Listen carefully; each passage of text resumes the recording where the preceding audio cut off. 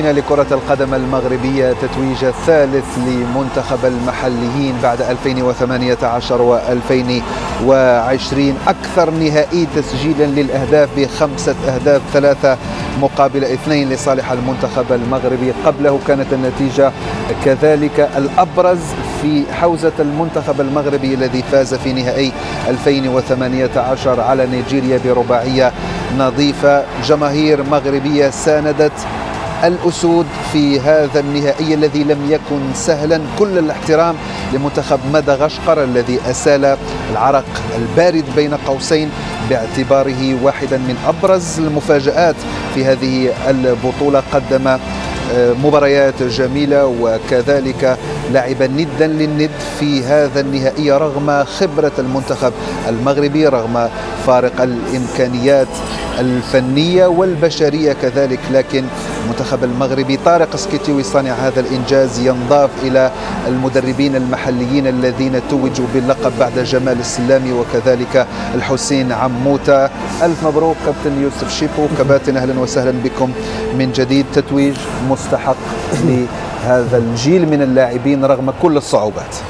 طبعا أول شيء نبارك للاعبين أولا، ثم للإطار والمدرب، إطار تقني، إطار طبي، للجماهير اللي ساندت المنتخب المغربي في الملعب، وحتى الجماهير المغربية اللي كانت دائما تشجع وراء الشاشة. بالتالي أظن الإنجاز مهم ومستحق على ما قدم المنتخب المغربي في هذه البطولة منذ بدايتها. كان هو الأفضل كأفضل فريق، كأفضل هجوم، كأفضل فريق يلعب كرة جماعية كذلك، مع هذا المدرب اللي في اعتقادي هو الآن مشروع مدرب جيد، مدرب كبير قادم إن شاء الله في السنوات المقبلة.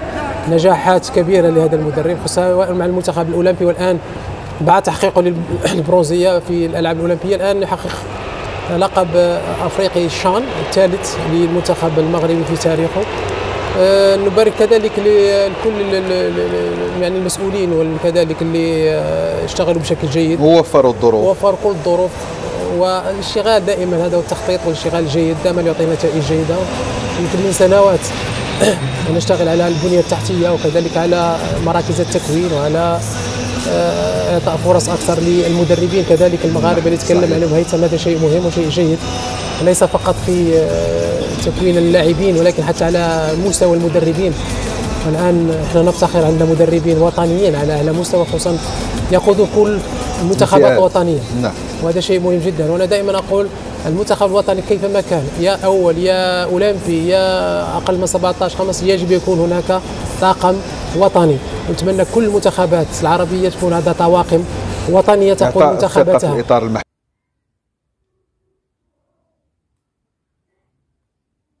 طبعا عندهم كل الامكانيات، عندهم كل المؤهلات، يحتاجون فقط الى دعم، يحتاجون الى تشجيع، ويحتاجون الى ثقه كذلك. وهذا ما شاهدناه.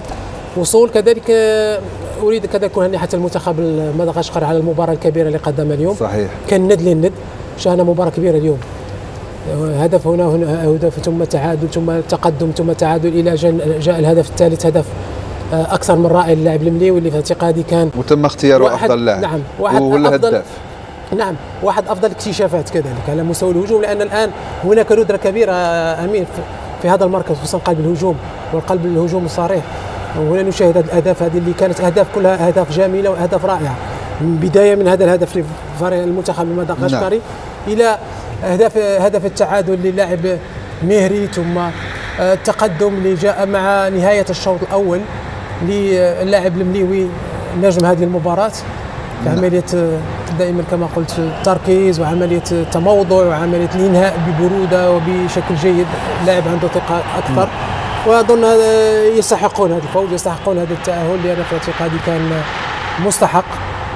نتمنى إن شاء الله دائما استمرارية كابتن ونجاحات. هيثم، تحدثنا عن الظروف التي رافقت هذا المنتخب قبل تكوينه أو قبل اعتماده للمشاركة في هذه البطولة. الملاحظ أن طارق السكتيوي لديه علاقة خاصة مع اللاعبين، وربما هذا هو بيت القصيد، أن تأتي قبل تقريبا 5 أو 6 أو 7 أيام إلى منتخب لا يمكن أن تغير أشياء كثيرة على المستوى الفني، يكفي أن تدير المجموعة كعائلة.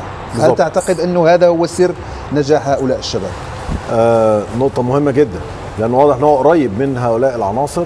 ولعيب الكوره لما يكون مستريح نفسيا مع مديره الفني بيلعب اولا لنفسه وبلده، ثم بيلعب عشان المدير الفني ينجح، وده شيء مهم جدا.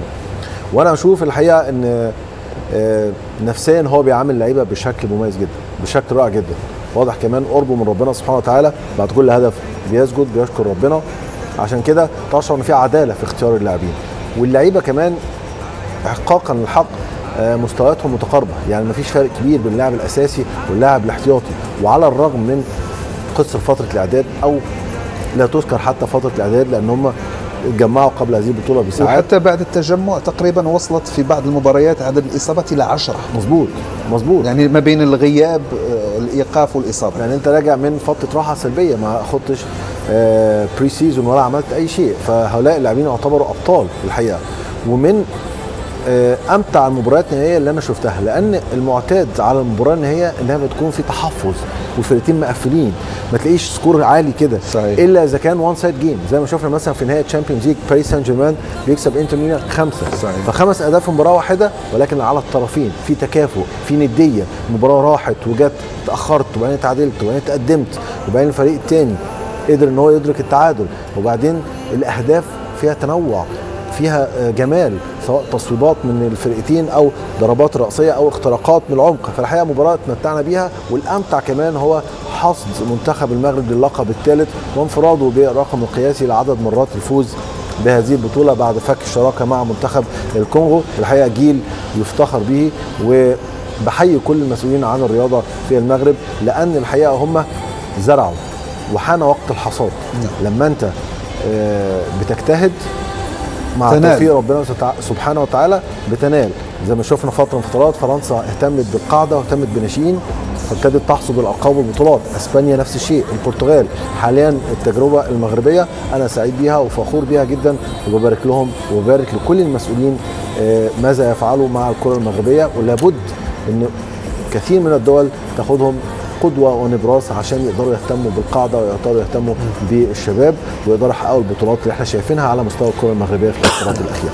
كابتن رفيق، تتويج مستحق في مباراه لم تكن سهله رغم كل الترشيحات التي سبقتها.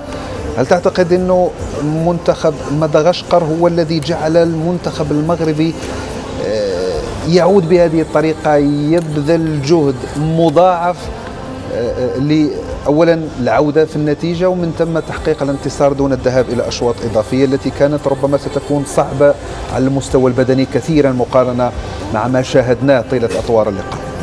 أول شيء مبروك ليوسف ومبروك للمنتخب المغربي على هذا الفوز. أكيد يستحق الفوز على مدار الشوطين، على مدار كل مباراة والأداء اللي قدمه. صحيح البداية لم تكن جيدة، تقبلوا هدف في الدقائق الأولى، وهذا راجع لي ايضا لا ننسى يعني المنتخب مدغشقر ترفع له القبعه، يعني صمد بقى الند للند الى اخر دقائق. شفنا مباراه كانت يعني مغلقه، حتى ولو الفرص كانت افضل للمنتخب المغربي، ولكن هذه هي النهائيات. يعني مثل ما قلنا في البدايه على اللاعبين الا يستصغروا منتخب مدغشقر، يعني ما قدمه امام كينيا وما قدمه امام السودان كانت مباراة صعبة، ولكن لاعبين على ما أظن المنتخب المغربي تحسن فيه جودة لاعبين أفضل اللي صنعوا الفارق. عندما تشوف بعض اللاعبين ممكن في المستقبل يكون عندهم شأن كبير، نتكلم على مهيري، نتكلم على المليوي. صحيح عندما تشوف أداء اللي قدموا الهدف الثاني الهدف الثالث، حقيقة الهدف الثالث رائع، يعني لكي تسجل بلمسة واحدة، يعني نظر قبل ما يستقبل الكرة. وفكرني بهدف بالليل يعني في كأس العرب آنذاك. أظن هذا اللاعب عنده شأن في المستقبل، ولهذا كنا نتكلم يعني على اللاعبين المحليين. ممكن لاعب 2 3 ممكن تستفيد منهم في المستقبل المنتخب الأول، ولهذو اللاعبين فرصة أمامهم، لهذو اللاعبين كلهم يشتغلوا في الدوري المحلي، ممكن هذا فرصة أمامه للاكتشاف، والناس يعني تشوف أداء بعض اللاعبين، وممكن لما لا من الشان إلى الاحتراف. اظن انه يستحقوا يعني، رغم ان كانت المباراه صعبه ولكن يستحقوا هذا الفوز. ادوا اداء رائع منذ بدايه البطوله. مباراه اليوم كانت ممكن تكون نتيجه اكثر، وشفنا يعني الفريقين يعني الكل يلعب على امكانياته، فريق بطريقه وفريق بطريقه، وفي اخر المطاف الفوز ذهب للافضل. نعم، الافضل هو المنتخب المغربي الذي أنهى هذه البطولة متوجا للمرة الثالثة في تاريخه. ننتظر حفل التتويج، وتتويج كذلك أفضل هداف هو أسامة المليوي ب6 أهداف. تتويج هذا المدرب الذي قدم منتخبا محترما متجانسا رغم كل الصعوبات. وكما قال كابتن رفيق يوسف، التتويج يعني فرصة لهؤلاء خصوصا الشباب منهم للاحتراف، ولما لا أن نشاهدهم في المنتخب الأول. وسؤالي لك، هل هناك عنصر أو عناصر ترى أنها قادرة من الآن على حمل؟ إخوان السلام عليكم ومرحبا بكم معنا اليوم في هذا الفيديو الجديد.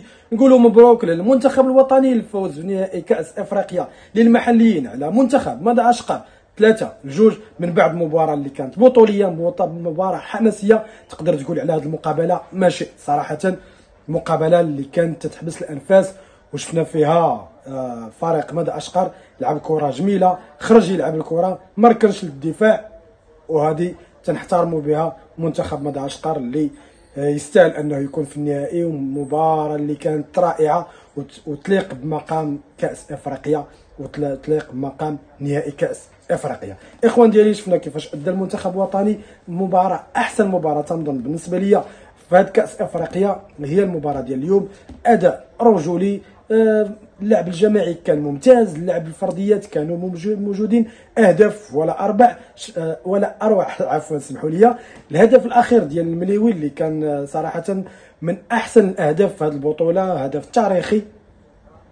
نقدروا نقولوا أن المليوي تيدق الابواب ديال المنتخب الوطني بهذه المقابله اللي خدا فيها احسن مقابله ولا رجل المقابله، وغادي يدي هداف ديال الدوره، وكل جوائز تنظن انها غادي ياخذوها اللاعبين المغاربه. بالنسبه للحريمات تنظن انه غادي يدي احسن لاعب في الدوره، المليوي غادي يدي هداف الدوره، احسن هدف يقدر يكون المليوي ديال اليوم. منتخب مغربي خدا حظ اليابس والاخضر في هذه البطوله هذه واللقب الثالث، وهكذا المنتخب المغربي تيتصدر قائمه الفائزين بكاس افريقيا للمحليين ب3 ديال الالقاب. من بعده تيجي منتخب كونغو الديمقراطي بجوج الالقاب، والمنتخبات الاخرى تيجيو كل منتخب لقب. هكذا كما شفنا المحللين ديال قنوات بي ان سبور كيفاش تفاعلوا مع المباراه وكيفاش فرحوا للمنتخب المغربي من بعد الفوز بلقب كاس افريقيا. اخوان ديالي، ما بقى لي غير نقول لكم الفيديو ديال اليوم سهله. الا عجبكم ما تنساوناش من شي جيم، اشتركوا معنا في القناه وفعلوا الجرس باش يوصلكم الجديد ديالنا دائما. والى فيديو قادم ان شاء الله. دمتم في رعايه الله، الى الملتقى باذن الله.